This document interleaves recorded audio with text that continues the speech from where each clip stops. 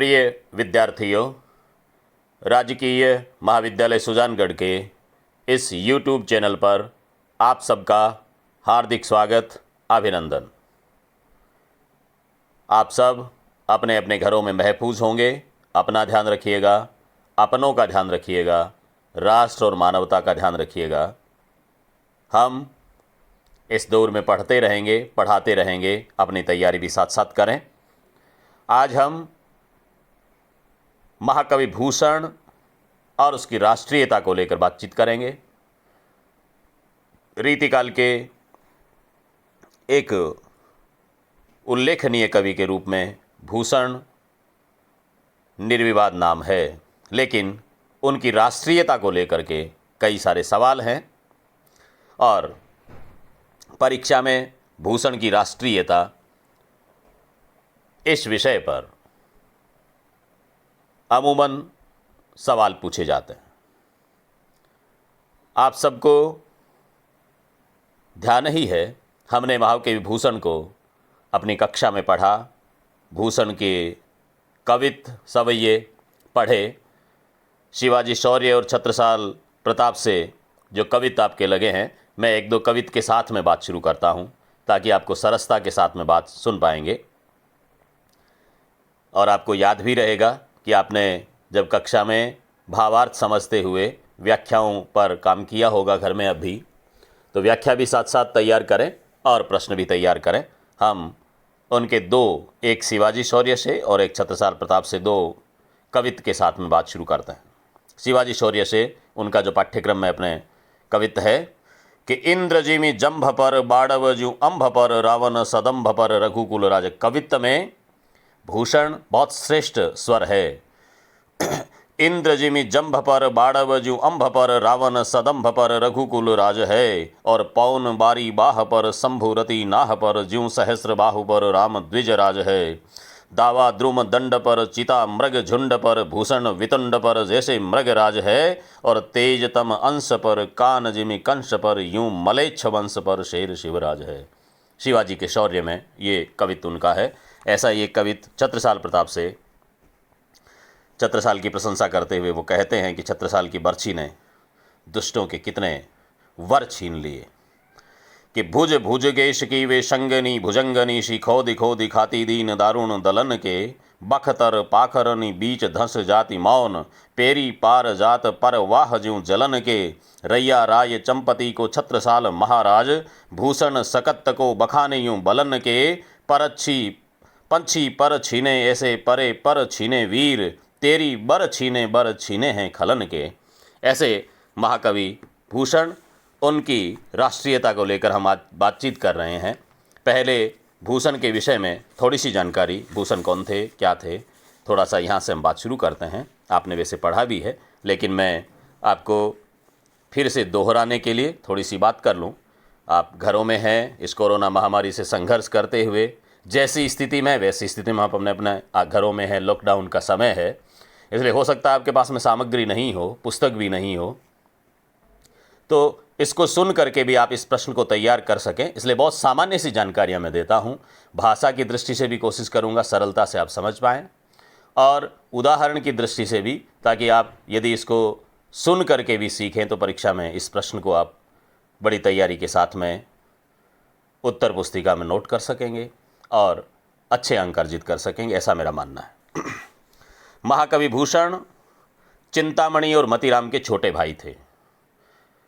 ये हिंदी साहित्य में तीनों ही भाइयों का अपना अपना अलग मुकाम है। चिंतामणि त्रिपाठी, जिनके काव्य विवेक, कविकुल, कल्पतरु, काव्य प्रकाश, रसमंजरी आदि 10 कृतियां हैं, और चिंतामणि त्रिपाठी अपने आप में बहुत बड़ा नाम। उसी तरह से मतीराम, जो बूंदी के राव राजा भाव सिंह की सभा के श्रृंगार थे, जिन्होंने ललित ललाम, रसराज, मतीराम सतसई ये कृतियां लिख करके बहुत प्रसिद्धि प्राप्त की। और तीसरे भाई उनमें भूषण थे। एक जटाशंकर नाम से भी इनके भाई, उनका भी उल्लेख मिलता है। तो भूषण चिंतामणि और मतीराम के छोटे भाई थे। इनका जन्म उत्तर प्रदेश के तिकवापुर त्रिविक्रमपुर गांव में हुआ था। कुछ लोग कहते हैं कि भूषण इनकी उपाधि थी, लेकिन इनके शिवराज भूषण ग्रंथ में जो खुद भूषण लिखते हैं, देशानि देशन ते गुनी आवत जांचन ताहि, तिन में आयो एक कवि भूषण कहिए जाए। उससे ये लगता है कि भूषण उनका नाम था, उपाधि भी थी तो उपाधि हो सकती है, लेकिन नाम का फिर पता नहीं। इन्होंने शिवाजी और छत्रसाल की प्रशस्ति के रूप में कविताएं लिखी। दोनों से ही इनको भरपूर सम्मान मिला। दोनों के प्रति आभार व्यक्त करते हुए कवि ने लिखा कि साहू को सराहूं के सराहूं। छत्रसाल को एक कविता है उनका, जिसमें उन्होंने लिखा कि भाई मैं या तो फिर शाहू माने शाहजी भोंसले के बेटे शिवाजी, उनकी सराहना करता हूँ, या फिर छत्रसाल की प्रशंसा करता हूँ। उन्होंने लिखा कि राजत अखंड तेज छाजत सुजस बड़ो, गाजत गयंद दिग्गजन ही सालको, और जाहि के प्रताप सु मलिन आफताब होत, ताप तजी दुजन करत बहु ख्याल को, साज सजी गज तूरी पैदल कतार दीने, भूषण भनत ऐसो दीन प्रतिपाल को, और राव राजा एक मन में न ल्याऊं अब, साहू को सराहूं के सराहूं छत्रसाल को। इनकी ये विशेषताएं सारी देख करके भूषण ने कहा, और राव राजा एक मन में न ल्याऊं अब, साहू को सराहूं के सराहूं छत्रसाल को। बाकी राव राजाओं को मन में भी नहीं लाऊंगा किसी को भी, मैं या तो साहू की यानी शिवाजी की प्रशंसा करूंगा या छत्रसाल की प्रशंसा करूंगा। इसलिए उन्होंने इन दोनों के प्रति आभार व्यक्त किया। ये इनकी जो कृतियां हैं वो शिवा बावनी, छत्रसाल दशक, भूषण हजारा, भूषण उल्लास, ये इनकी रचनाएं हैं। शिवराज भूषण में इनकी प्राय सभी रचनाएं मिल जाती हैं। हम देखते हैं कि रीतिकाल का जो समय है वो श्रृंगारिक युग कहा जाता है। रीतिकाल पूरा का पूरा श्रृंगार का काल है। आचार्य रामचंद्र शुक्ल ने जब काल निर्धारण किया तो विक्रमी संवत 1700 से 1900 तक इस काल का वो निर्धारण करते हैं, इसको कालखंड, इस समयावधि को मानते हैं। और पूरा ये 200 वर्ष का जो काल है, ये पूरा इस कालखंड में श्रृंगारिकता, घोर श्रृंगारिकता का काल है, अलंकार का काल है, कला का काल है। इसमें आप यदि देखेंगे तो वीर रस जैसे काव्य की कल्पना नहीं की जा सकती। नायक नायिका को लेकर के, उनकी चोटी को, बालों को, चाल को, उनके श्रृंगार को, नायक नायिकाओं के भेद विभेदों को लेकर के ग्रंथ लिखे गए। लेकिन जब पढ़ते हैं, यद्यपि कला की दृष्टि से बहुत श्रेष्ठ काल है, शिल्प इनका बहुत श्रेष्ठता के साथ में उभर कर आया रीतिकालीन कवियों का, पर यह भी एक पक्ष है कि उसमें वीर रस जैसी रचनाओं का प्राय अभाव सा ही दिखता है। लेकिन भूषण उनमें अलग हट करके कवि है, जिन्होंने इस युग से हट करके वीर रस की कविताएं लिखी, परंपरा पर प्रहार किया। ये जो परंपरा थी इनकी नायक नायिका वाली, इन पर लिखने वाली, उन्होंने श्रृंगारिक पद भी लिखे हैं, ऐसा उल्लेख भी मिलता है, ऐसा कुछ प्रमाण भी मिलते हैं। लेकिन इनका मन जो है वो सर्वाधिक रूप से वीर रसात्मक काव्य में रमा। और भूषण का ओज, काव्यात्मक ओज शानदार, सबको प्रभावित करता है। भाषा पर उनका असाधारण अधिकार, वीर रसानुकूल भाषा को अपनाकर भूषण ने अपनी क्षमता का उपयोग सजीव बिंबों के निर्माण में किया है। वे रीतिबद्ध कवि थे। वे दुर्गा और सरस्वती के एक साथ साधना करने में निरत थे। उनकी कविता जन जन के कंठ का हार बनी। राष्ट्रीयता का जहाँ तक प्रश्न है, कुछ लोगों को उनकी कविता में सांप्रदायिकता की गंध आती है, और उसका कारण ये है कि जिस समय में भूषण लिख रहा था, भूषण के काल में हम पर औरंगजेब, मुगलों का शासन था, औरंगजेब राज कर रहे थे। वो सांप्रदायिकता की जो गंध वाली बात करते हैं, उन लोगों को ये समझना होगा कि आखिर राष्ट्रीयता है क्या। क्योंकि हम इस प्रश्न को समझेंगे, भूषण की राष्ट्रीयता को समझने के लिए हमें राष्ट्रीयता को समझना होगा, फिर राष्ट्रीयता और साहित्य, साहित्य में राष्ट्रीयता क्या है, कैसे कवियों की रचनाओं को राष्ट्रीय रचनाएं मान सकते हैं, और उसके बाद में उन पर फिर भूषण की कविता को परखते हैं और भूषण की कविता का मूल्यांकन करते हैं। तब जाकर के भूषण की राष्ट्रीयता को ठीक से हम समझ पाते हैं। जो राष्ट्रीयता का पक्ष है, राष्ट्रीयता की बात करें तो राष्ट्रीयता किसे कहें, राष्ट्र से राष्ट्रीयता बना है। डॉक्टर शुभ लक्ष्मी के अनुसार, क्योंकि मैं बहुत संक्षेप में बात करूंगा, कोटेशन की बात आपको परीक्षा की दृष्टि से चीज़ें बताता हूँ। डॉक्टर शुभ लक्ष्मी के अनुसार व्यक्ति जब निजीपन से ऊपर उठकर सामाजिकता की परिधि में प्रवेश करता है, वहाँ से वह जातीयता और धार्मिकता की रेखाओं को स्पर्श करता हुआ क्रमशः राष्ट्रीयता के उस विशाल दायरे में आ जाता है जहाँ उसकी क्षुद्र मान्यताओं की सभी दीवारें ढह जाती हैं और वह अपने मानवीय रूप को पहचानने लगता है। इसको राष्ट्रीयता कहते हैं। एक परिभाषा और देखिए, डॉक्टर विद्यानिवास गुप्त हैं, वो लिखते हैं कि राष्ट्रीयता को मानव विचारों और इसकी प्रबलता, गतिशीलता को दृष्टिगत कर इस प्रकार परिभाषित किया जा सकता है कि यह यानी कि राष्ट्रीयता मनुष्य की स्वाभाविक वृत्तियों में से एक है। राष्ट्रीयता मनुष्य की स्वाभाविक वृत्तियों में से एक है, जिसके कारण वह अपने राष्ट्र से एक विशेष प्रकार का लगाव रखता है और उसे सदा उन्नत तथा समृद्धिशाली देखने को उत्सुक रहता है। इसी भावना के आवेग से उन्मत्त व्यक्ति अपने राष्ट्र के कल्याण के लिए अपना सर्वस्व न्योछावर करने में तथा सहर्ष जीवन तक अर्पण कर देने में अपना गौरव समझता है। जिस राष्ट्र में राष्ट्रीयता की यह चेतना जितनी अधिक बलवती होगी, उतनी ही वह शक्तिशाली तथा समृद्ध माना जाएगा। वो राष्ट्रीयता उतनी ही ज़्यादा समृद्ध और सशक्त मानी जाती है। अभी जिस दौर में हम हैं, आप देख रहे होंगे कि जब संपूर्ण मानवता पर संकट है और भारत पर संकट आया है, भारत के एक एक व्यक्ति पर संकट आया है, तब आप देख रहे होंगे पुलिस रात दिन को भूल करके काम कर रही है। डॉक्टर्स इस कोरोना से लड़ने के लिए बाहर निकले हुए हैं, अपनी जान की बाजी लगा करके भी हम सबको महफूज रखने के लिए, हम सबको सुरक्षित स्वस्थ रखने के लिए वो लड़ रहे हैं।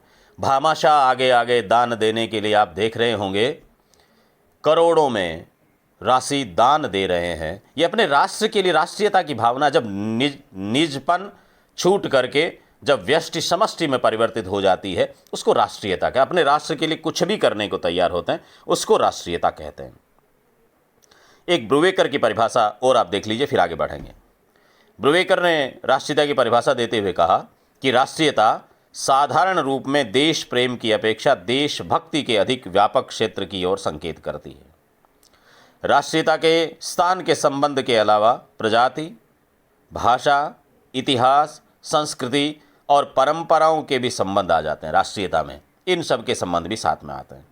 इस परिभाषा को यदि देखते हैं तो स्पष्ट होता है कि राष्ट्रीयता किसी भी राष्ट्र के व्यक्तियों के मध्य एकता की भावना होती है। इसमें देश प्रेम, देशभक्ति व देश के प्रति समर्पण की भावना छिपी रहती है और राष्ट्र हित की भावना के आगे वैयक्तिक व सामूहिक हितों को त्याग की प्रवृत्ति पाई जाती है। यही भावना राष्ट्रीयता कहलाती है। इस राष्ट्रीयता को जब हम देखते हैं तो फिर हम जाति, धर्म, संप्रदाय, क्षेत्र, भाषा सारे उनसे ऊपर उठ जाते हैं और उनसे ऊपर उठ करके बात करते हैं। साहित्य में जब हम राष्ट्रीयता की बात करते हैं, मुझे जब इस दौर की कविताएं पढ़ता हूं तो संकीर्णताओं से ऊपर उठ करके जब बात करते हैं तो मुझे एक कवि की पंक्तियां जो बीकानेर के मोहम्मद सद्दीक साहब हैं, उनकी पंक्तियां प्रासंगिक रूप से याद हो आई। उन्होंने लिखा कि ये जो हम सब लोग हैं, ये हिंदुस्तान एक बाग है और हम सब अलग अलग पुष्प हैं बाग में, सबके अपने अपने रंग हैं। ये स्वर है राष्ट्रीयता, एकता में कैसे बांधते हैं। उनकी पंक्तियां कोट करता हूं कि हम गगन तले पले धरा के पूत हैं, अग्निबीज प्राण सलिल पंचभूत है, आत्मा अजर अमर है पंचभूत की, मानवी करुण कथा का एक सूत है, और हम चमन के फूल हैं हमारा एक धाम, रे अब तो बोल आदमी का आदमी है नाम। आदमी को आदमी ही समझना है। हमारी कोई जाति, धर्म, संप्रदाय कुछ नहीं। हम क्या है? हमारी पहचान है भारतीयता, हमारी पहचान है मानवता। इस पहचान को जिस दिन हम देखना शुरू कर देते हैं, जिस दिन हमें ये पहचान समझ में आ जाती है, तब फिर हम राष्ट्रीयता के तत्व को समझते हैं। राष्ट्रीय शब्द साहित्य में 2-3 अर्थों में प्रयुक्त होता है। प्रथम अर्थ में राष्ट्रीय कविता के अंतर्गत उन रचनाओं को लिया जा सकता है जिनमें देश को एक इकाई मानकर काव्य सृजन किया गया हो। इस प्रकार की रचनाएं किसी सीमा तक एक विशिष्ट काल में संस्कृति और सभ्यता की जो स्थिति होती है, उसका प्रतिनिधित्व करती है। इस बात को आपको समझना है। इस प्रकार की रचनाएं किसी सीमा तक एक विशिष्ट काल में संस्कृति और सभ्यता की जो स्थिति होती है उसका प्रतिनिधित्व करती है। जातीय जीवन में उसका विशिष्ट स्थान रहता है। उसकी मूल प्रेरणा देश और जाति होती है और उन्हें अभिव्यक्ति देना ही इस प्रकार की कविताओं का प्रमुख उद्देश्य रहता है। महाकाव्य का लेखक राष्ट्रीय कविता का निर्माता ही कहा जाएगा, क्योंकि वह एक सभ्यता और संस्कृति को लिपिबद्ध करने का प्रयास करता है। जब कभी विश्व साहित्य में प्रतिनिधित्व का प्रश्न आता है तब राष्ट्रीय काव्य को प्रस्तुत किया जाता है। वह जातीय गौरव का प्रतीक है। जिन देशों में सभ्यता और संस्कृति का पर्याप्त विकास हुआ है उनमें इस प्रकार की कविता सहज सुलभ है। इसमें कलात्मक सौंदर्य भले ही न हो, किंतु उसमें उस देश और सभ्यता की आंतरिक भावधारा स्पष्ट होती है। राष्ट्रीय कविता का व्यापक प्रयोग देशभक्ति की कविताओं के लिए किया जाता है। उनमें देश और जाति के प्रति एक समता का भाव रहता है। इस दृष्टि से जब हम भूषण की बात करते हैं, अब भूषण रीतिकाल के काव्य को देख करके, रीतिकाल के समय को देख करके हमें भूषण को समझना है। मैंने पहले भी आपसे कहा कि रीतिकाल का जो समय है वो घोर श्रृंगारिकता का समय है। भूषण उसमें एकमात्र कवि है जिन्होंने राष्ट्रीय आवश्यकता के अनुसार वीर रस का अत्यंत उत्साह से चित्रण किया और राष्ट्रीय कवि के धर्म का निर्वाह किया। हाथ में कलम और कमर में तलवार लटकाकर भूषण ने रीतिकाल की घोर श्रृंगारिक प्रवृत्ति से चंदवरदाई की काव्य परंपरा को पुनर्जीवित किया। जिन्होंने पृथ्वीराज रासो लिखा, उस चंदवरदाई की तरह वो ओज के स्वर थे। भूषण के काव्य में राष्ट्र की आत्मा के दर्शन होते हैं। भूषण वीर रस के वर्णन कुशलता के जानकार तो थे ही, वे इतिहास के संरक्षक और राष्ट्र के बारे में सोचने वाले कवियों में से थे। भूषण देश और समाज के बारे में यथार्थ चिंतन करते थे, इसलिए श्रृंगार काल में भी उन्होंने सच्चे हृदय से साहस और उत्साह के साथ में वीर रस का स्रोत बहाया। रीतिकाल के प्रारंभ में मुगल काल का वैभव बढ़ता गया और उस काल का सांस्कृतिक परिवेश लोगों की रुचियों में श्रृंगार का भाव भरता गया। आप ये परिस्थितियां देखें, अभी हमने वहाँ पीछे बात करते हुए किया था कि राष्ट्रीयता को समझना है तो उस समय की देश काल परिस्थितियों को समझना होगा, तदनुसार ही राष्ट्रीयता के मापदंड तय किए जा सकते हैं। सरकमस्टेंसेज कभी रिक्रिएट नहीं किए जा सकते हैं, परिस्थितियां पुनर्जीवित नहीं की जा सकती, पुनः निर्मित नहीं की जा सकती, फिर से आपको दिखाया नहीं जा सकता। जैसे एक व्यक्ति जा रहा है और उसके सामने सांप आया, उसने किस तरह से सांप से अपने आप को बचाया, इस बात को दोबारा मंचित किया जाना बड़ा मुश्किल काम होता है। उस समय उसकी भावभंगिमा क्या थी, किस तरह की परिस्थितियां थी, क्या था, इसको फिर से उसी स्वरूप में ला करके दिखाना बड़ा मुश्किल काम होता है। रीतिकाल के समय को आपको देखना है। रीतिकाल के मध्य तक आते आते विदेशी शासकों का पंजा जनजीवन और भारतीय शासकों पर स्थायी रूप से टिकता दिखाई देने लगा। हिंदू राजा अपने आप को हीन और हतबल मानकर निराश थे। औरंगजेब ने अपनी धर्मांधता, कट्टरता और अदूरदर्शिता से समस्त हिंदू जाति को झकझोर दिया था। इस समय मुगलों में भी बाबर, अकबर ऐसे राजा भी हुए, बादशाह भी हुए, लेकिन औरंगजेब आया तो औरंगजेब बड़ी कट्टरता के साथ में पेश आता था। इस समय महाराष्ट्र प्रांत समस्त हिंदुओं के लिए आशा और विश्वास का केंद्र बना हुआ था। कारण क्या था? वहाँ महाराजा शिवाजी जो जागृति का शंख फूंक रहे थे, हिंदू शक्ति को फिर से हुंकार भरने के लिए ओजस्विता दे रहे थे। भूषण ने उसी जागृत शक्ति के प्रतीक के रूप में शिवाजी का यशोगान किया। ये कवि का धर्म है। कवियों ने जहाँ जहाँ ओज को देखा है, जहाँ जहाँ मानवीय पक्ष को देखा है, जहाँ जहाँ जीवन मूल्यों की जीवटता को देखा है, उन चीज़ों को उठा लिया। कवि हमेशा सच्चाई की बात करता है। राजस्थानी काव्य में एक दोहा है कि कूड़ो साचो कैवणु है नी म्हारे हाथ, कवि समय रो केमरो विश्व बात विख्यात। कवि तो समय का कैमरा है, वो वैसा ही चित्र खींचता जैसा दिखता है वहाँ, लेकिन कवि तो समय के उस कैमरे की तरह चित्र खींचता है। तो भूषण ने भी अपने समय के हिसाब से चित्र खींचे और उस समय हिंदुओं पर जो अत्याचार हो रहे थे, और एक बड़ी जाति पर अत्याचार कर कौन रहा है? सत्ता कर रही है। इसको इस रूप में आपको देखना पड़ेगा। इसको हिंदू मुसलमान में देख करके समझेंगे तो सांप्रदायिक आपको नजर आएगी। राष्ट्रीयता भी अनुदार राष्ट्रीयता, संकीर्ण राष्ट्रीयता नजर आ सकती है। लेकिन इस रूप में देखें कि शासन सत्ता किसी एक वर्ग विशेष, किसी एक संप्रदाय विशेष, किसी एक जाति विशेष पर अत्याचार कर रही हो, तब फिर उसके खिलाफ जो कवि लिखता है वो राष्ट्रीय कवि ही होता है, वो संकीर्णता के दायरे में नहीं आता। इसलिए भूषण ने शिवाजी को अपने वीर रस का, वीर काव्य का आलंबन बनाया। आप देखते होंगे महाराजा मानसिंह, जो जयपुर के मानसिंह अकबर के महामंत्री बन गए, सेनापति बन गए, और महाराणा प्रताप तो जंगलों में चले गए। कोई राजा नहीं रह सके, ऐश्वर्य नहीं, जनता को क्या दे सकते थे। उन्होंने तो अकबर से लड़ाई मोल ली थी, लेकिन महानायक के रूप में महाराणा प्रताप उभर करके सामने आए, मानसिंह नहीं आए। कवियों ने मानसिंह पर नहीं लिख करके महाराणा प्रताप पे लिखा। दुर्गादास को देख लीजिए, उनको आगे लाए। तो जिसने अत्याचार का प्रबलता से प्रतिरोध किया वो कवियों की कलम पर चढ़ा, कवियों के चित्त पर चढ़ा। इसलिए भूषण को जब पढ़ते हैं तो उस समय की परिस्थितियों को भी देखना है और शिवाजी और छत्रसाल को भी देखना है कि उन्होंने क्यों इनको लिया। राष्ट्रीयता की बात हम कर रहे हैं। रीतिकालीन साहित्य का जब अध्ययन करते हैं तो हमें ज्ञात होता है कि ये काल साहित्य, समाज और राजनीति के पतन का प्रतिबिंब मात्र ही है। काव्य में, पूरा काव्य पढ़ते मैं पहले भी कह रहा, 200 साल का काव्य, उस काव्य में अश्लीलता, कुरुचि, विषय विलास, मांसल श्रृंगार आदि विकृतियों का ही प्रमुख रूप से चित्रण हुआ है।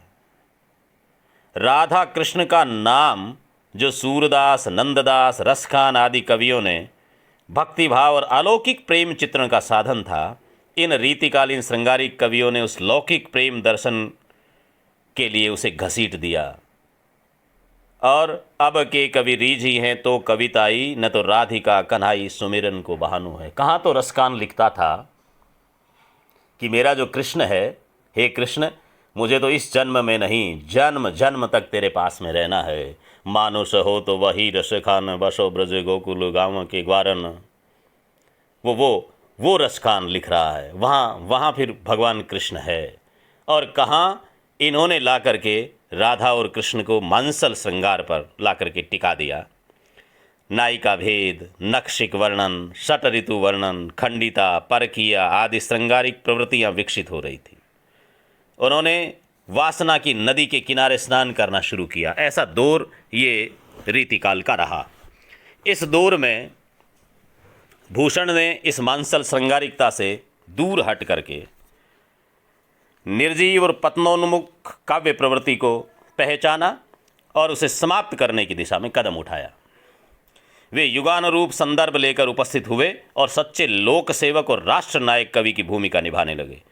हजारों रीति कवियों में भूषण की एकमात्र कलम है जो लोक जीवन की निराशा, पीड़ा, पराजय और हीनता का इलाज करना चाहती थी। भूषण श्रृंगार की धारा के सामने चट्टान बनकर खड़े हुए। उन्होंने वीर रस की ऐसी स्रोतस्विनी बहाई जिसमें अशुभ, अमंगल और वासना का कीचड़ बह गया। भारतीय जनता में आशा और उल्लास के लिए नए स्वर गूंजने लगे। आचार्य रामचंद्र शुक्ल कहते हैं कि रीतिकाल के भीतर श्रृंगार रस की प्रधानता रही। कुछ कवियों ने अपने आश्रयदाताओं की स्तुति में, उसके प्रताप आदि के प्रसंग में उनकी वीरता का भी थोड़ा बहुत वर्णन अवश्य किया, पर वे शुष्क और परंपरा पालक के रूप में ही होने के कारण ध्यान देने योग्य नहीं हैं। ऐसे वर्णनों के साथ जनता की सहानुभूति कभी भी नहीं हो सकती थी। भूषण ने अंतरात्मा से देश रक्षा के मिशन को लेकर वीर काव्य का सृजन किया है। भूषण का वीर काव्य व्यक्तिगत वीरता प्रदर्शन का काव्य नहीं है। उसने अपने वीर काव्य से लोक रक्षा और लोक मंगल की साधना की है। भगवान राम, कृष्ण, महाराणा प्रताप, छत्रपति शिवाजी आदि ऐसे ही वीर पुरुष थे जिनकी वीरता का गुणगान आज भी काव्य में सर्वत्र हो रहा है। इनको महाकवि भूषण ने अपने काव्य का नायक बनाया। काव्य में उनको जगह जगह प्रसंगवश स्थान दिया और उनसे प्रेरणा लेने के लिए लोगों का आह्वान किया। अभी हम शुक्ल की बात कर रहे थे। हिंदी साहित्य के एक प्रसिद्ध आलोचक हैं डॉक्टर रामकुमार वर्मा। उन्होंने भूषण को राष्ट्रीय कवि कहकर पुकारा। अब ये लोगों को बड़ी चिढ़ होनी शुरू हो जाती है। कोई एक राष्ट्रीय कह देता है तो दूसरा फिर कहता नहीं राष्ट्रीय नहीं, और फिर कमियां गिनाना शुरू करते हैं, और हम सबको आज की ताकड़ी में तोलना शुरू कर देते हैं, आज के भारत में तोलना शुरू कर देते हैं। उस समय का भारत क्या था उसको हम भूल जाते हैं, उन परिस्थितियों को भूल जाते हैं। रामकुमार वर्मा कहते हैं कि भूषण राष्ट्रीय कवि थे। उनके नायक शिवाजी औरंगजेब के शत्रु इसलिए थे कि वह अत्याचारी था, न कि इसलिए कि वह मुसलमान था। अब आप ये इस दृष्टि से समझें, रामकुमार वर्मा का जो पक्ष है वो भूषण की राष्ट्रीयता को ठीक से समझने का पक्ष है। रामकुमार वर्मा कहते हैं कि भूषण के जो काव्य नायक शिवाजी हैं वो औरंगजेब के शत्रु इसलिए थे कि वह अत्याचारी था। औरंगजेब अत्याचारी था इसलिए शिवाजी उसके शत्रु थे, न कि वो मुसलमान था इसलिए शत्रु थे। उनकी सेवा में मुसलमान भी थे, यानी शिवाजी की सेवा में मुसलमान भी थे, और औरंगजेब के साथ में जसवंत सिंह जैसे हिंदू भी थे। इसलिए ये नहीं कह सकते कि भूषण ने मुसलमान होने के नाते औरंगजेब की बुराई की और हिंदू होने के नाते शिवाजी की प्रशंसा की। हिंदू मुस्लिम का विषय नहीं है। औरंगजेब अत्याचारी था इसलिए भूषण ने उनके खिलाफ लिखना शुरू किया, और शिवाजी ने उस अत्याचार का विरोध किया। शिवाजी हिंदू थे इसलिए हिंदू की प्रशंसा उन्होंने की, ऐसा नहीं है। हिंदू होने के कारण शिवाजी उनकी प्रशंसा के पात्र नहीं बने थे। शिवाजी उनकी प्रशंसा के पात्र इसलिए बने क्योंकि शिवाजी राष्ट्र के संगठन करता थे, अत्याचारियों का संहार करने वाले थे, इसलिए वे स्तुत्य थे। और भूषण इस नाते शिवाजी के साथ में जुड़ा। शिवाजी को इसलिए उसने अपनी कविता का नायक बनाया। वीर रस के प्रसिद्ध कवि भूषण के आगमन का समय हिंदी साहित्य का वह समय है जबकि कवि कर्म केवल आश्रयदाताओं की प्रशंसा करना और उनकी कुत्सित भावनाओं के अनुरूप साहित्य सृजन करना रह गया था। प्रत्येक कवि अपने आश्रयदाता को प्रसन्न करने के लिए अपने कवित्व की पूरी शक्ति लगा रहा था। जिसको जैसा भाई ठकुर सुहाती बात कहने में सब लगे हुए थे। इस प्रक्रिया से प्रभावित होकर भूषण ने भी प्रारंभ में झूठी प्रशंसा और श्रृंगार से परिपूर्ण रचनाएं की होंगी ऐसी कल्पना कर रहे हैं, ऐसी हम अंदाजा लगा रहे हैं। परंतु आत्मिक संतोष न मिलने पर उन्होंने अपनी काव्यधारा को वीर रस की ओर मोड़ दिया होगा, ऐसा मानते हैं। भूषण को सौभाग्य से आश्रय जो मिला वो भी किसी भोगी विलासी राजा के यहाँ नहीं मिला। उन्हें जो आश्रय मिला तो शिवाजी और छत्रसाल के यहाँ मिला, जहाँ उन्हें झूठी प्रशंसा नहीं लिखनी पड़ी। क्योंकि समस्या ये आती है कि कच्चा माल ही नहीं हो तो बनाएं क्या, कविता किस पर लिखें जिसके भीतर मानवता के तत्व दिखते हों, जिसके भीतर कुछ आत्मशक्ति हो, स्वाभिमान हो, राष्ट्रीयता हो, दया हो, क्षमा हो, करुणा हो, राष्ट्र के प्रति प्रेम हो, औरत के प्रति मर्यादा का भाव हो, सम्मान का भाव हो, अपने धर्म के प्रति समर्पण का भाव हो। ऐसा कुछ हो तो कविता लिखें। तो भूषण सौभाग्यशाली थे कि शिवाजी और छत्रसाल दोनों ऐसे मिल गए। उस समय संपूर्ण भारत पर मुगलों का एक छत्र शासन था। औरंगजेब के अत्याचार से हिंदू जनता अत्यधिक दुखी थी। उनकी स्थिति दयनीय थी। उनकी रोटी और बेटी दोनों खतरे में थी। ऐसे वातावरण में शिवाजी और छत्रसाल ने मुसलमानों के अत्याचारों का वीरतापूर्वक सामना किया। मुसलमानों से मतलब मुगलों का। जनता ने उनके प्रति श्रद्धा प्रदर्शित की और वही श्रद्धा भूषण की लेखनी के माध्यम से साकार हो उठी। भूषण को राष्ट्रीय कवि बताने में अधिकतर लोगों को यह आपत्ति है कि भूषण ने राष्ट्र का बखान न करके किसी व्यक्ति विशेष की प्रशंसा की है। अभी आप भूल जाते हैं कि व्यक्ति राष्ट्र का प्रतिनिधित्व होता है, जो राजा है, जो नायक है। राजस्थान की पहचान यदि मैं कहूँ कि महाराणा प्रताप से है तो किसी को ऐतराज़ कैसे हो सकता है। हिंदुस्तान की पहचान प्रताप से, शिवाजी से, छत्रसाल से, गुरु गोविंद सिंह से है तो फिर आपत्ति नहीं होनी चाहिए। भूषण ने जो बखान किया, लोगों का आरोप ये है कि व्यक्ति विशेष की प्रशंसा की।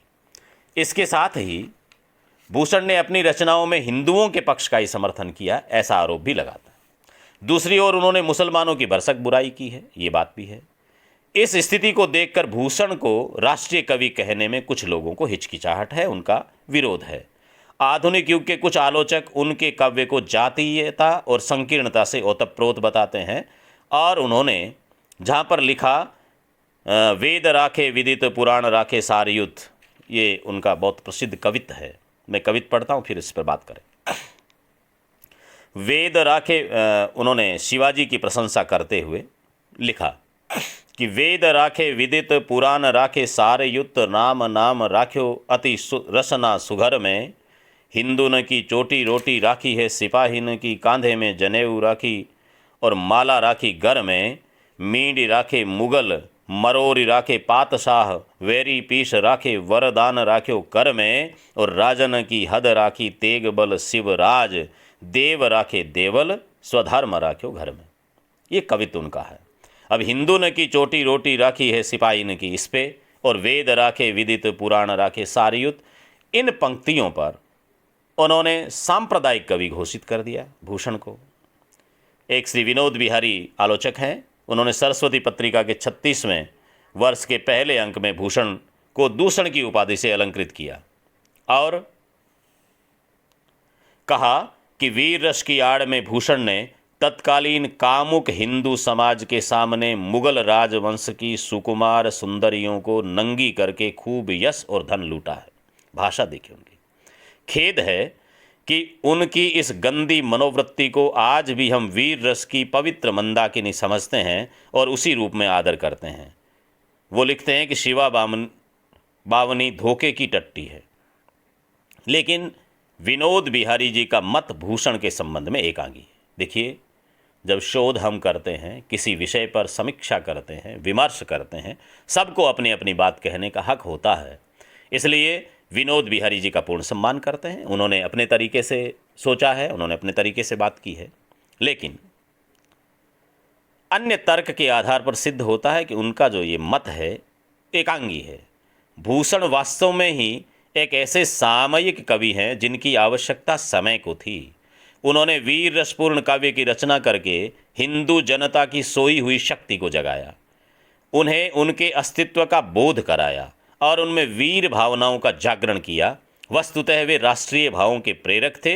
यही कारण है कि आचार्य रामचंद्र शुक्ल ने भूषण को राष्ट्रकवि न बताकर, अब ये जो विनोद बिहारी जी वाला प्रसंग है, उस बात को लेकर के उन्होंने हिंदुओं को ही जगाया। इसलिए भूषण ने कहा, आचार्य रामचंद्र शुक्ल ने कहा कि भूषण को राष्ट्रकवि न कहकर हिंदू जाति का प्रतिनिधि कवि स्वीकार कर सकते। रामचंद्र शुक्ल ये कह गए। वे लिखते हैं कि इन दोनों वीरों का जिस उत्साह के साथ, दोनों वीर कौन, शिवाजी और छत्रसाल, जिस उत्साह के साथ सारी जनता स्मरण करती है, उनकी व्यंजना भूषण ने की है। वे हिंदू जाति के प्रतिनिधि कवि हैं। उन्होंने हिंदू जाति का प्रतिनिधि कवि इनको कहा। लेकिन गुलाब राय जी का पक्ष अलग है, रामकुमार वर्मा का पक्ष हमने देखा, अन्य रचनाकारों का पक्ष अलग है, और वे हर दृष्टि से भूषण को राष्ट्रीय कवि मानते हैं। हम इसके एक एक करके पक्ष पर बात करेंगे।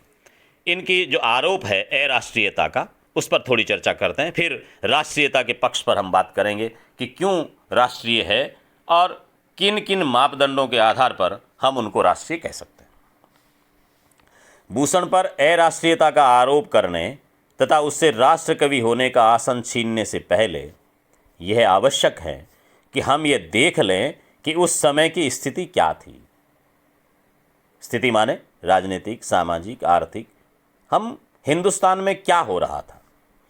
आज जिस रूप में राष्ट्रीयता अथवा राष्ट्रीय भावनाओं को लिया जाता है, उस युग में ऐसी कल्पना नहीं थी, क्योंकि आज जैसी राष्ट्रीय भावना का तो उस समय ज्ञान ही नहीं था। संपूर्ण देश टुकड़ों में विभाजित था और उन टुकड़ों के ऊपर अनेक नवाब और राजा राज्य करते थे। इसलिए उनका ध्यान अपने राज्य की सीमाओं तक ही जाता था। दूसरे सीमाओं पर राज्य में दूसरा देश ही माना जाता था। और जिस युग में भूषण ने अपना काव्य सृजन किया, उस समय हिंदू और मुसलमान दोनों को मिलाकर किसी तीसरी बाहरी शक्ति से युद्ध नहीं करना था, अपितु उस युग में अत्याचारी मुसलमान हिंदुओं पर अत्याचार कर रहे थे। मुगल जो थे वो हिंदुओं पर अत्याचार कर रहे थे। अत्याचार, अपमान और परतंत्रता की बेड़ियों में जकड़ने वाली स्थिति में उन पर क्रोध आना अथवा उसको प्रकट करना स्वाभाविक ही था। इस प्रकार इस युग की स्थिति और परिस्थिति पर दृष्टिपात करने पर स्पष्ट हो जाता है कि भूषण का इसमें कोई दोष दिखाई नहीं पड़ता। भूषण ने यदि उस समय कुछ कटु शब्द भी मुगलों के लिए, मुसलमान शासकों के लिए कहे हैं, स्वाभाविक है। उन्होंने अपने युगीन वातावरण को देखा, परखा और एक स्वस्थ वातावरण तैयार किया। अभी आज जैसे हिंदुस्तान है, हमारी जो राष्ट्रीयता है बहुत उदारवादी राष्ट्रीयता है। हम तो कहते हैं अयम निज परो वेति गणना लघुचेत शाम उदार चरितानाम तो वसुधैव कुटुंबकम। उस वसुधैव कुटुंबकम वाली भावना लेकर चलते हैं। लेकिन हमारा पड़ोसी राष्ट्र, हमारे सारे राष्ट्रों के साथ में बहुत अच्छे संबंध हैं, लेकिन पड़ोसी राष्ट्र पाकिस्तान हमारे साथ रोज़ कुचरनी करता है, रोज़ खुरापात करता है, हम पर गुप्त आक्रमण करता है, जिस तरह से वो छेड़खानी करता रहता है। अब कोई कवि पाकिस्तान के खिलाफ लिखे और पाकिस्तान को गालियाँ दे तो भी क्या उसको अराष्ट्रीय कह दोगे आप? क्योंकि उसकी हमारे राष्ट्र के प्रति जो धारणा है, उसकी जो कृत्य है, उसको लेकर के क्रोध आना, गुस्सा आना, रोष आना स्वाभाविक है। वैसा ही भूषण ने किया। उस समय उसको जो क्रोध था वो मुगलिया सल्तनत पे आ रहा था, किसी व्यक्ति विशेष पे नहीं, किसी जाति विशेष पे नहीं। उस औरंगजेब की सत्ता के खिलाफ वो आक्रोश है। इसलिए उन्होंने युगीन वातावरण को देखा, परखा और एक स्वस्थ वातावरण तैयार किया। उस युग की स्थितियों में उनके लिए यही गौरव की बात है कि उन्होंने झूठी प्रशंसा के गीत न गाकर वास्तविक राष्ट्रीय प्रेमी और योग्य पात्रों की प्रशंसा की और अत्याचार के खिलाफ अपनी आवाज़ बुलंद की। दो पात्र उन्होंने चुने जो दोनों औरंगजेब के खिलाफ लड़ रहे थे। बाबू गुलाब राय जी इस संदर्भ में लिखते हैं कि वर्तमान राष्ट्रीय दृष्टि से भूषण की दृष्टि को अनुदार कहते हुए, वो कहते हैं एक उदारवादी राष्ट्रीयता होती है, एक अनुदारवादी होती है, तो वो अनुदारवादी राष्ट्रीयता कहते हैं। यद्यपि वर्तमान राष्ट्रीय दृष्टि से भूषण के कुछ छंदों को हम अनुदार कहेंगे, वर्तमान राष्ट्रीय दृष्टि से, तथापि उस संघर्ष के समय में उदारता से काम लेना मनुष्यता का काम न था। देखिए, गुलाब राय को समझने के लिए बड़ा दिमाग चाहिए होता है। दोबारा सुने इसको। वो कहते हैं कि यद्यपि वर्तमान राष्ट्रीय दृष्टि से भूषण के कुछ छंदों को हम अनुदार कहेंगे, तथापि उस संघर्ष के समय में उदारता से काम लेना मनुष्यता का काम न था, देवताओं का काम था, और भूषण देवता न थे। भूषण नितांत अनुदार भी न थे, अनुदार नहीं थे, उदार थे। और उसका उदाहरण देते हैं, गुलाब राय जी कहते हैं, और ये सबके सामने है। गुलाब राय जी कहते हैं कि उन्होंने अकबर और शाहजहां की तारीफ भी की है, औरंगजेब के खिलाफ लिखा है।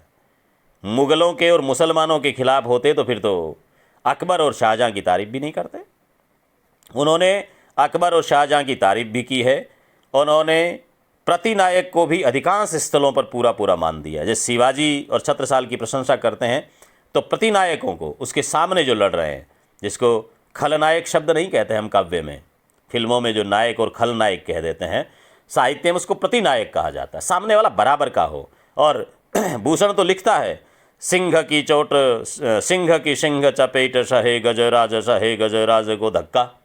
शेर की चपेट तो शेर ही सहन कर सकता है, और हाथी का धक्का हाथी ही सहन कर सकता है। भूषण ने लिखा, सिंह की सिंह चपेट सहे गजराज को धक्का, तो वो ही सहन कर सकता है, दूसरे से सहन होता नहीं है। इसलिए भूषण को पढ़ते समय हमें ये ध्यान रखना पड़ेगा कि भूषण किस तरह से अपनी बात को स्पष्ट करता है, किस तरह से भूषण की रचनाओं को हमें पढ़ना है। भूषण की जो राष्ट्रीयता है उसको हम कई सारे बिंदुओं में ले सकते हैं। विद्यार्थी ध्यान रखें, आप इस प्रश्न को लिखते समय मैं कुछ विस्तार में बातें इसलिए बता रहा हूँ, आप सुनते सुनते इनमें से जितना नोट कर सकें वो करें। अब भूषण की राष्ट्रीयता के कुछ मापदंड हम लेते हैं कि किन मापदंडों के आधार पर भूषण को राष्ट्रीय कवि कहा जा सकता। अब तक राष्ट्रीयता पर जो विवाद है, जो प्रश्न चिन्ह खड़े किए गए, उनकी बात कर ली, हमने राष्ट्रीयता के पक्ष को देखा। अब भूषण की रचनाओं में राष्ट्रीयता की बात करते हैं। ये तो निर्विवाद है कि भूषण वीर रस के सशक्त कवि हैं। वीर रस की सामाजिक स्वीकृति और प्रसिद्धि मिलने का एक मुख्य कारण यह है कि उस बिखराव और व्यक्तिगत अहंकारिकता के युग में भूषण ने राष्ट्रीयता से ओतप्रोत होकर काव्य रचना की थी। दूसरे रोग जब चोली, चुनड़ी, बिंदिया, आँख, इन पे ही लिख रहे थे। कितने प्रकार की नायिकाएं होंगी, एक नायिका के कितने पति, स्वकीया, परकीया, कुलटा फुलटा, 50 तरह से नायिकाओं के भेद जो करने में लोग लगे हुए थे। उस दौर में कोई व्यक्ति 2 राष्ट्र नायकों को चुन करके लिखता है तो उस पर फिर चर्चा होनी चाहिए। भूषण ने काव्य में निहित राष्ट्रीयता को उस काल की राष्ट्रीयता संबंधी धारणा के संदर्भ में ही परखना चाहिए। ये हम लोगों को देखना होगा। भूषण का जो काव्य है उसमें जो राष्ट्रीयता है उसे उस काल की राष्ट्रीयता की धारणा को देख करके समझना है। उस समय राष्ट्रीयता का अर्थ संस्कृति और जातीय एकता था। इस बिंदु को ध्यान में रखकर हम बात करेंगे। उस समय की जो राष्ट्रीयता थी उसका अर्थ संस्कृति और जातीय एकता था। राजस्थान में लोक जीवन को लेकर के, क्योंकि हम अपने संस्कृति को साथ साथ जोड़ते थे, उस समय की राजस्थान की कविताएं जो मिलती है, राजस्थानी लोक साहित्य में एक दोहा है, ये राष्ट्रीयता का जो संदर्भ है, जीवन मूल्य की बात करते हैं। वो लिखते हैं कि धर जाता धर्म पलटता त्रिया पड़नता ताव, 3 दिहाड़ा मरण रा कवण रंक कुण राव। राजस्थानी का दोहा है, समझें। धर जाता, हमारी धरती यानी मातृभूमि यदि जा रही हो, उस पर कोई दूसरा आक्रमण कर रहा हो, अधिकार जमा रहा हो। धर्म पलटता, धर्म पर आँच आ रही हो। त्रिया पड़नता ताव, और औरत की अस्मिता पर किसी तरह से आँच आ रही हो। इन तीनों को बचाने के लिए सबका समान रूप से कर्तव्य है। कवण रंक कुण राव, इसमें तो मर के भी इनको बचाना पड़ेगा। कोई राजा है, इनको रंक है। कवण रंक कुण राव, कौन तो गरीब, कौन अमीर, कौन राजा, कौन प्रजा, सबका समान दायित्व है। इसलिए भूषण की राष्ट्रीयता को समझने के लिए हमें देखना है कि संस्कृति और जातीय एकता उस समय की राष्ट्रीयता का प्रतीक है। आज हम राष्ट्रीयता से प्रयोजन राजनीतिक एकता, भाषा भूषा आदि की समानता से लेते हैं। भूषण के काव्य में राष्ट्रीयता का बोध कराने वाले तत्वों पर जब हम चर्चा करते हैं तो हमें देखना होता है कि भूषण के राष्ट्र पुरुषों के प्रति जो गर्व का भाव है उनकी कविता में, वो राष्ट्रीयता का आधार बिंदु है। विदेशी शासकों का विरोध उनकी कविता में जो मिलता है वो उनकी राष्ट्रीयता का आधार बिंदु है। हिंदू धर्म की रक्षा करने वालों के प्रति सम्मान का भाव, श्रद्धा का भाव, कृतज्ञता का भाव, ये उनकी राष्ट्रीयता का पक्ष है। अत्याचार का प्रबल प्रतिरोध उनकी कविता में जहाँ मिलता है वो राष्ट्रीयता का भाव है। युग चेतना का विषय जहाँ मिलता है वो राष्ट्रीयता का भाव है। इसलिए हम इन बिंदुओं को लेकर के उनकी राष्ट्रीयता पर बात करते हैं। राष्ट्र पुरुषों के प्रति गर्व का भाव। भारतीय स्वाधीनता संग्राम में भी जनता में राष्ट्रीयता का भाव जगाने के लिए हमारे नेताओं ने भारत के ऐतिहासिक पौराणिक महापुरुषों के प्रति गर्व का भाव उत्पन्न किया था। जब जब राष्ट्र को ज़रूरत पड़ती है, जब आज भी दानदाताओं की बात हम करते हैं कि हमें राष्ट्र के लिए कुछ राशि चाहिए, एकत्र करनी है, तो नाम दिया गया भामाशाह। भामाशाह हमारा पूर्व पुरुष है ना, राष्ट्र पुरुष है ना, जिसने अपनी सारी संचित संपत्ति ले जाकर महाराणा प्रताप को दे दी कि आप अकबर की अधीनता स्वीकार मत करना, मेरे पास में जो कुछ है आप पीढ़ियों तक ये धन, इससे अकबर के खिलाफ मोर्चा बना करके रख सकते हो और हमारे हिंदुस्तान की आन बान शान को रख सकते हो। हिंदुआ सूरज का विरुद्ध महाराणा प्रताप को मिला। तो भामाशाह के नाम से आज हम सबको 2 रुपये दान देता है, उसको भी कहते हैं भामाशाह है साहब। तो ये राष्ट्र पुरुष को याद करना होगा। भूषण की राष्ट्रीयता को जब हम देखते हैं तो हम स्वाधीनता संग्राम में देखेंगे, झांसी की रानी से लेकर महात्मा गांधी, पंडित नेहरू आदि तक ने जनता को एक राष्ट्र की प्रतीति कराने के लिए समान रूप से वंदित और प्रसिद्ध महापुरुषों, कौन कौन, राम, कृष्ण, बुद्ध, महावीर, नानक, कबीर, अशोक, विक्रमादित्य आदि के प्रति श्रद्धा और गर्व का भाव उत्पन्न करके भारतीय जनता की खिन्नता को, दासता और हिन्नता को दूर किया है। उसी प्रकार भूषण ने भी अपने काव्य में पौराणिक महापुरुषों को याद करके राष्ट्रीय भावों को शक्ति प्रदान की है।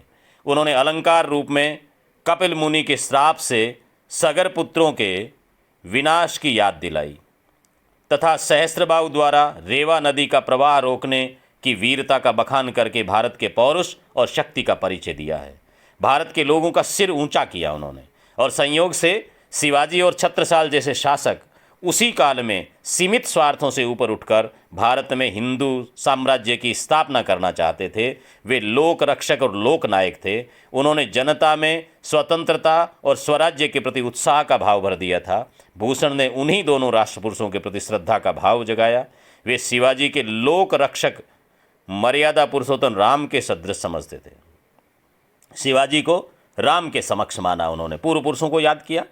उन्होंने लिखा, अरि लंक तोर जोर सदा साथ वानर है, अरि लंक तोर जोर सदा साथ वानर हैं, सिंदूर हैं बांधे जाके बल कोन पार है, और तेग ही के नेरे जोन राखस मरद जान्यो, सरजा शिवाजी राम ही को अवतार है।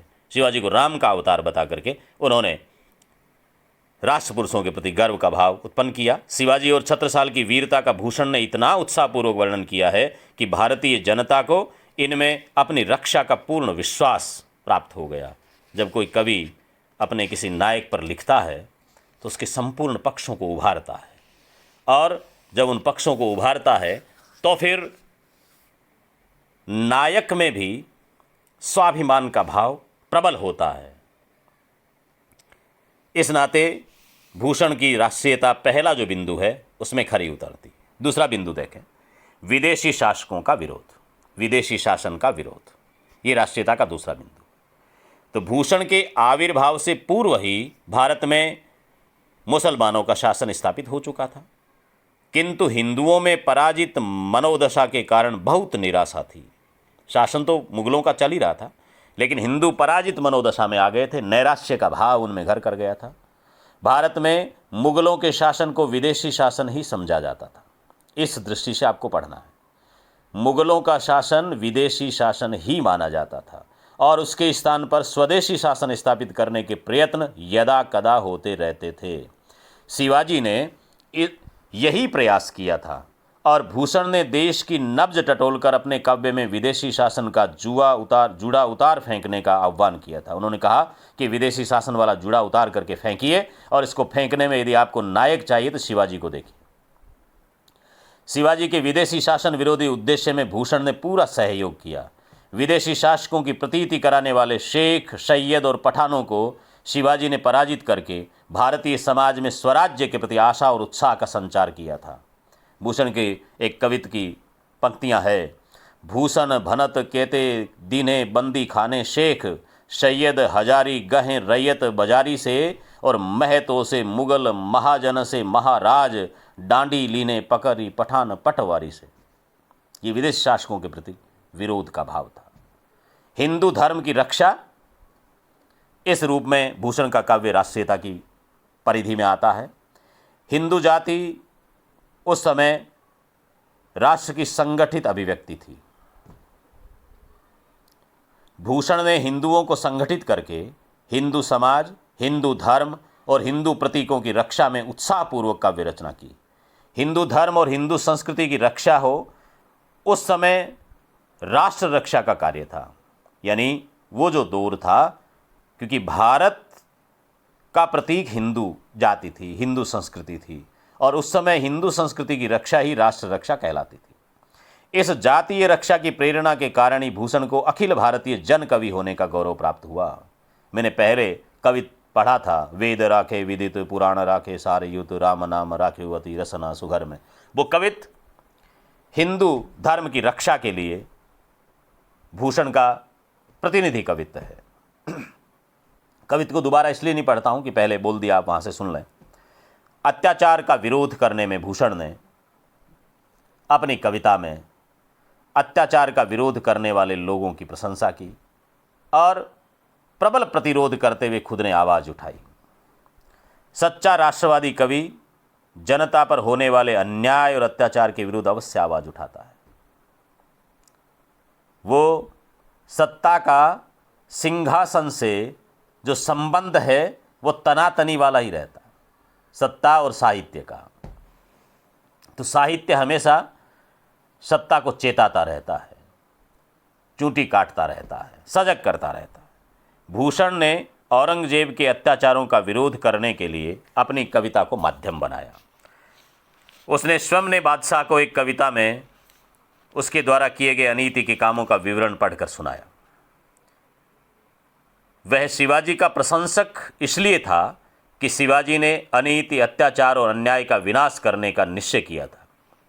शिवाजी ने औरंगजेब का विरोध मुसलमान होने के कारण नहीं किया था। ये बात फिर से हमें समझनी है।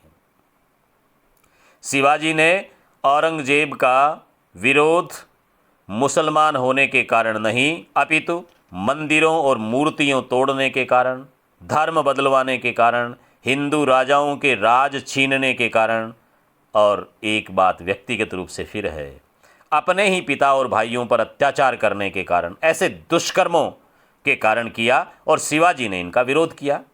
स्वयं शिवाजी की सेना में कई मुसलमान उच्च पदों पर नियुक्त थे।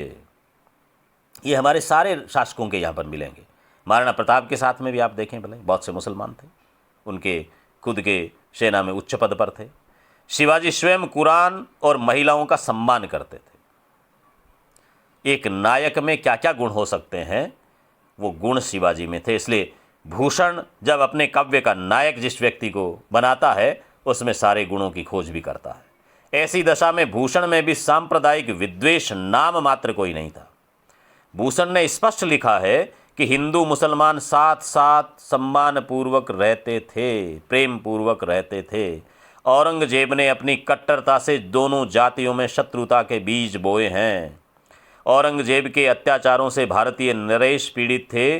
शिवाजी ने ही उसे ललकारा औरंगजेब को, और औरंगजेब और उनकी सेना को कलयुग का अवतार बताते हैं। भूषण कहते हैं कि औरंगजेब और उनकी सेना है वो कलयुग का अवतार है। कलियुग जलधि अपार उद्ध अद्धरम अम्मीमय, लच्छनी लच्छ मलिच्छ कच्छ अरु मच्छर मगर चय। कलियुग जलधि अपार उद्ध अधरम अम्मीमय, और लच्छनी लच्छ मलिच्छ कच्छ अरु मच्छर मगर चय। ये सारे के सारे कलियुग का जो जलधि है, इस जलधि में अधर्म की अमी लेकर के ये आए हैं, और ये सारे के सारे मगरमच्छ मलेच्छ सारे इसमें है, ये कलयुग वाले। ये औरंगजेब और उनकी सेना के लिए वो कहते हैं। शिवाजी ने औरंगजेब के साम्राज्य विस्तार की नीति का भी विरोध किया। अन्य राजागण जब श्रीहीन हो गए, तब शिवाजी ने राष्ट्र की वीरता और शौर्य का परिचय देकर औरंगजेब को लोहे के चने चबाए। भूषण भनत शिवराज देश देशन की राखी है, बटोरी एक दक्षिणे में लाज है, और तजत मिलिंद जैसे तैसे तजी दूर भाजो, अली अवरंगजेब चंपा शिवराज है। उन्होंने ये लिखा और आनंद भी खूब लिया। जब भूषण लिखते हैं, एक कवित सरसता के लिए बीच में लेता हूँ, जिसको अत्याचार के विरोध में और फिर शिवाजी का खौफ छाया औरंगजेब की सैनिकों पर। औरंगजेब ने अपने सैनिकों को शिवाजी पर, जब भूषण अपने शिवाजी शौर्य में एक कविता है उनका, जिसमें वो लिखते हैं कि जब औरंगजेब ने कहा कि शिवाजी पर आक्रमण करना है, तो सारे जो वजीर थे वो इकट्ठे होकर औरंगजेब के पास में गए। उन्होंने जाके कहा, हे महाराजा, हे बादशाह, हमें पूर्व में भेजो, उत्तर में भेजो, सुदूर पश्चिम तक चले जाएंगे, लेकिन ये जो आप हमें दक्षिण में शिवाजी पर चढ़ाई करने के लिए बोल रहे हो, हे बादशाह, आपके हुक्म को हम टाल तो नहीं सकते, लेकिन हमारी इच्छा है कि थोड़े दिन जिंदा रहें तो और कुछ आपकी सेवा कर लें, यहाँ पर जी करके हम कुछ और काम कर लें। मंतव्य ये है कि शिवाजी के सामने जाते हमें मरना होगा, और हे बादशाह, हमें प्राणदान दे दीजिए, उस पर आक्रमण करने की बात को टाल दीजिए। कविता क्या है देखें। पूरब के उत्तर के प्रबल पछाहू के, सब पात साहिन के गढ़ कोट हरते। सारे वजीर जाकर के औरंगजेब से कहते हैं, पूरब के उत्तर के प्रबल पछाहू के, सब पात साहिन के गढ़ कोट हरते। भूषण कहे यूं अवरंगसु, वजीर जीत लीबे को पुरत गाल सागर उतरते। सरजा शिवा पर पठावत मुहिम काज, हजरत हम मरीवे को नहीं डरते। और चाकर हैं उजर कियो न जाए नेक पे, कछु दिन उपरते तो घन काज करते। पूर्व के, उत्तर के, प्रबल पश्चिम के, सारे बादशाहों के गढ़ को, कोट को हम हरण कर लेते। भाव समझें। भूषण कहता है कि उनके वजीर औरंगजेब से कहते हैं, भूषण कहे यूं अव रंगसू वजीर जीत लीबे को पुरतगाल सागर उतरते। वो वजीर कहते हैं, हे बादशाह, आप कहें तो हम पुर्तगाल तक सागर उतर करके उधर के सब राजाओं को जीत करके आ जाएंगे। सरजा सिवा पर पठावत मुहिम काज हजरत हम मरिवे को नहीं डरते। हे बादशाह, आपने हमें शिवाजी पर मुहिम लेकर के भेजने का जो काम किया है, शिवाजी पर आक्रमण करने की मुहिम आपने छेड़ी है, हम मरने से नहीं डरते हैं, लेकिन चाकर हैं उजर कियो न जाए नेक पे। हम तो आपके चाकर हैं, उजर थोड़ी कर सकते हैं, विरोध नहीं कर सकते, प्रतिरोध नहीं कर सकते, ना नहीं कर सकते, लेकिन हमारी इच्छा क्या है, कुछ दिन उबरते तो घन काज करते, थोड़े दिन और जिंदा रह जाते तो बहुत से काम कर लेते। इसलिए आपकी इच्छा हो तो थोड़े दिन जिंदा रहने दीजिए और शिवाजी पर आक्रमण को टाल दीजिए। ये खौफ शिवाजी का, और इनको लोग कहते हैं कि व्यक्तिगत प्रशंसा है, क्योंकि जब अपने काव्य नायक को व्यक्ति खड़ा करता है तो फिर उसके काव्य को, उसके स्वाभिमान को जिंदा रखने के लिए और उसके प्रशंसकों को सरस बनाए रखने के लिए, आत्म बोध को दृढ़ करने के लिए, आत्म तत्व को दृढ़ करने के लिए रचनाकार को इस तरह की कल्पनाएं करनी होती है। युग चेतना भूषण की कविता का एक पक्ष है।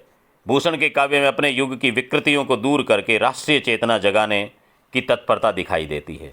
उसने तत्कालीन विलासी एवं अकर्मण्य युग में एक ऐसी चेतना जगाई जिससे उसमें संगठन, निर्भीकता, स्वावलंबन, सहन शक्ति आदि गुणों का पुनः संचार हुआ।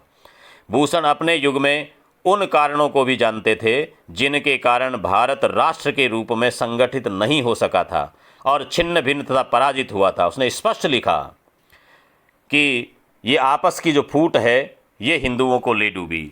हिंदुओं को तोड़ने में, हिंदुओं को हराने में, हिंदुओं को डुबोने में ये आपस की फूट है। इसने, यदि हिंदू आपस में लड़ते नहीं तो ऐसा नहीं होता। हिंदुओं को उनकी आपस की फूट ले बैठी। ये बात भूषण बार बार कहता है और उसने सब जगह समझाया कि ये वाली फूट के कारण, और वो लिखता है कि आपस की फूट ही ते सब हिंदवान टूटे, टूटो कुल रावण अनीति अति करके। रावण का कुल है वो भी अनीति से टूटा, वैसे ही सारे जो हिंदू हैं ये भी आपस में लड़ लड़ करके टूट गए। ये भूषण का जो युग चेतना वाला पक्ष है। संक्षेप में भूषण के काव्य में राष्ट्रीय भावधारा के पीछे निम्नलिखित प्रेरणाएं और वृत्तियां काम कर रही। हम इसको समअप करते हैं। औरंगजेब तथा ये जो प्रवृत्तियां हैं, प्रेरणाएं हैं, वो ये हैं। औरंगजेब तथा उसके अमीर उमराओं के अनाचार अत्याचारों की स्पष्ट धारणा है। इन दुष्कर्मों और अनाचारों के प्रतिकार में प्रवृत्त शिवाजी तथा छत्रसाल के चरित्रों में निहित उदारता और वीरता का प्रचार करना, जिनके कारण भूषण शिवाजी को शिवजी और राम का अवतार मानता है। तीसरा है सामंती विलास और जनता में व्याप्त अकर्मण्यता से जनता को उबारने की इच्छा। ये तीन बिंदु है जो भूषण की राष्ट्रीयता की प्रेरणा स्रोत कहे जा सकते हैं। इस सब विवेचन से स्पष्ट होता है कि भूषण रीतिकाल में श्रृंगारपूर्ण प्रवृत्ति के बीच में वीर रस का प्रकाशन करने वाले अकेले सबल कवि थे। लोक रक्षा, धर्म रक्षा और संस्कृति की रक्षा के लिए वीर कर्म में प्रवृत्त करने की दृष्टि उन्हें राष्ट्रीय कवियों के सम्मान का स्थान प्रदान करती है। भूषण अपने युग के वीर रस के तथा राष्ट्रीय चेतना से युक्त महान कवि थे जो आज भी हमारे वीर भावों को जगाने में समर्थ हैं। इस दृष्टि से हमें भूषण को पढ़ना है। भूषण पर ये प्रश्न आप तैयार करें और इस प्रश्न को हम कविता में ये मानते हैं, विद्यार्थियों से मैं निवेदन करता हूँ, कविता में यदि आप पद्य के उदाहरण दे सकें तो सोने में सुगंध मानी जाती है। इसलिए आप पद्य भी साथ में तैयार करें। यदि पद्य में कहीं दिक्कत आपको हो रही है तो फिर उसका भाव लिख दें, उससे भी काम चल जाएगा। हम किसी और पाठ के साथ में फिर से मिलेंगे। आज के लिए इतना ही। धन्यवाद। आप अपने अपने घरों में ध्यान से रहिएगा, अपनों का ध्यान रखिएगा, सरकारी एडवाइजरी का पूर्णतः पालन करें और कोरोना रूपी महामारी के विरुद्ध योद्धा की तरह अपने घर में डटे रहें, क्योंकि यही इस बीमारी से लड़ने का, इस महामारी से लड़ने का अस्त्र हमारे पास में, शस्त्र हमारे पास में है। पुनः पुनः धन्यवाद। जय हिंद, जय भारत। पुनः किसी अध्याय के साथ मिलेंगे।